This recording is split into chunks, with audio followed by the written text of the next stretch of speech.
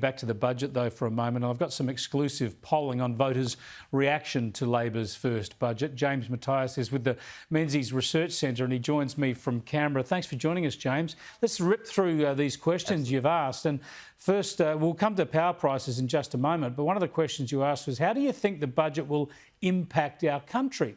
And this is interesting because you've got 19%, only 19% of people saying that this is going to be a positive impact, neutral 50%, and negative 26%. I mean, you put all that together and you got the assessment of a bit of a do-nothing budget, haven't you?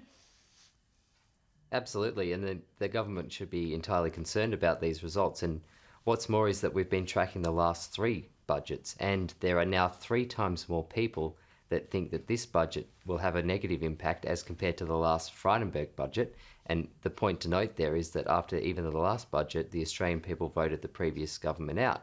And now there are less than half the amount of people that believe, since the last budget again, that this will have a positive impact on Australia's outlook. Yeah, well, I think most of that negative reaction would be over power prices, and a lot of the early media coverage didn't focus on that. I think those numbers would be even higher now as people start to see what's coming on power prices. Another question you asked is, which one of the budget announcements will most assist you and your family? Now, this is fascinating because it says reduced income tax 57%. These are tax cuts that were already legislated under the coalition. And then there's greater access to the NBN, still very, very popular with people, of course, and increased childcare subsidies with 13%, paid parental leave at 6%. So what do you make of that one, James? Well, Chris, you and I talk about on this program all the time that cost of living is the number one issue. And what this clearly shows is that more people want more of their hard-earned money in their back pocket right now rather than government largesse and spending and wasting money on big programs. And the point is very clear that you made. The number one winner of last night's budget was not an initiative of this government, rather a policy of the previous government.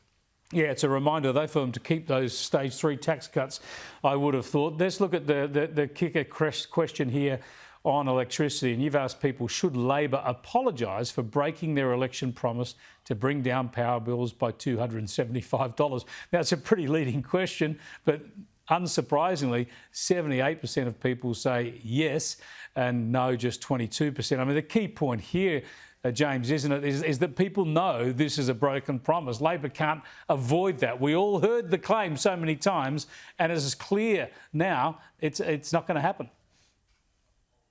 Well, 97 times the claim was made during the election. We did some similar polling in September that showed that 70% of people didn't think the government could actually achieve that promise. And now, as confirmed in last night's budget, the power prices will actually increase.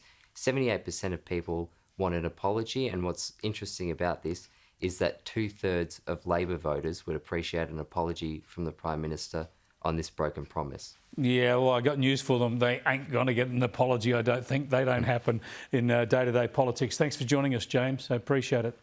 James Mathias here with the Menzies Research Centre with that exclusive polling.